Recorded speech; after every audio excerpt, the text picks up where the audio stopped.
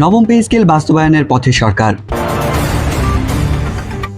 এজন্য আসন্ন বাজেটে প্রায় ৩৫,০০০ কোটি টাকা বরাদ্দ রাখা হতে পারে। পে স্কেল বাস্তবায়ন হলে সম্ভাব্য গ্রেড সংখ্যা আগের মতো ২০টি থাকবে বলে জানিয়েছেন অর্থ মন্ত্রণালয়।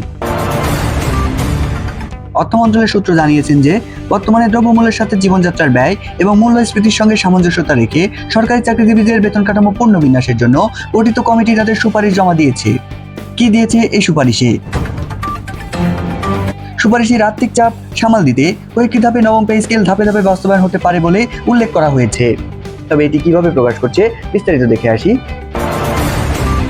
নাম অপ্রকাশিত রাখার শর্তে এক মন্ত্রণালয়ের শীর্ষ এক কর্মকর্তা জানান, নবম পে স্কেলের গ্রেড সংখ্যা 20টি সুপারিশ করা হয়েছে। তবে কমিশনের এই সুপারিশ পরিবর্তন করা হবে না। গ্রেড যা আছে সেটি বহাল রেখে বেতন বাড়ানো হতে পারে বলে জানিয়েছেন তিনি।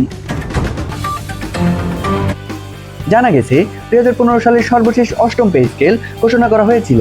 দীর্ঘ 11 বছর পরে অতিবাহিত হলেও নবম পে স্কেল এখন পর্যন্ত কোনোভাবেই বাস্তবায়ন হয়নি।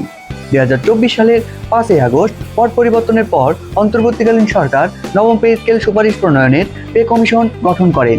ত্রয়োদশ জাতীয় সংসদ নির্বাচনের পূর্বে কমিশন তাদের সুপারিশ জমা দেয়। নিচে 2026 সালের গ্রেড সংখ্যায় কোন গ্রেডে কত টাকা বেতন নির্ধারণ করেছে অর্থ মন্ত্রণালয় সে বিষয়ে বিশ্লেষণপূর্বক ভিডিও আপনাদের স্ক্রিনে একটু দেখে নিন। স্ক্রিনে দেখতে পাচ্ছেন প্রথম গ্রেডে 1,60,000 টাকা নির্ধারণ করা হয়েছে এবং দ্বিতীয়তম গ্রেডে 1,32,000 থেকে 1,53,000 টাকা, তৃতীয়তম গ্রেডে 1,13,000 টাকা থেকে 1,48,800 টাকা।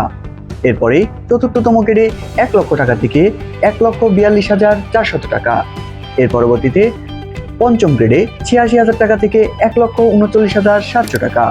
এর পরবর্তীতে ষষ্ঠ গ্রেডে 71,000 টাকা থেকে সর্বোচ্চ 1,34,000 টাকা।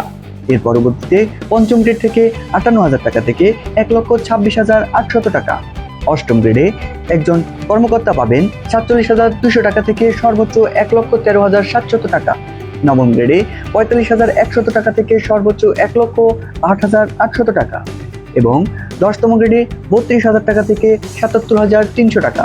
11তম গ্রেডে 25,000 টাকা থেকে 60,500 টাকা এবং 12তম গ্রেডে 24,300 টাকা থেকে 58,700 টাকা। 13তম গ্রেডে 24,000 টাকা থেকে সর্বোচ্চ পাবেন 58,000 টাকা। 14তম গ্রেডে একজন কর্মকর্তা পাবেন 23,500 টাকা থেকে 56,800 টাকা এবং 15 গ্রেডে একজন কর্মকর্তা পাবেন 22,800 টাকা থেকে 55,200 টাকা। 16তম গ্রেডে একজন কর্মচারী পাবেন 21,900 টাকা থেকে 52,900 টাকা। 17তম গ্রেডে একজন কর্মচারী পাবেন 21,400 টাকা থেকে 50,900 টাকা। এর পরবর্তীতে 18তম গ্রেডে একজন কর্মচারী পাবেন 21,000 টাকা থেকে সর্বোচ্চ 50,900 টাকা। 19তম গ্রেডে একজন কর্মচারী পাবেন 20,500 টাকা থেকে 49,600 টাকা এবং সর্বশেষ 20তম গ্রেডে একজন কর্মচারী পাবেন 20,000 টাকা থেকে 48,400 টাকা। তো এই ছিল বেতন গ্রেড বহাল রেখে 1 থেকে 20তম গ্রেডের বেতনের সেই তালিকা। কবে এটি ঘোষণা হচ্ছে এবং এর পরবর্তী আপডেট কি আসছে সবার আগে তুলে ধরতে চোখ রাখুন টেকবিডি 2.0।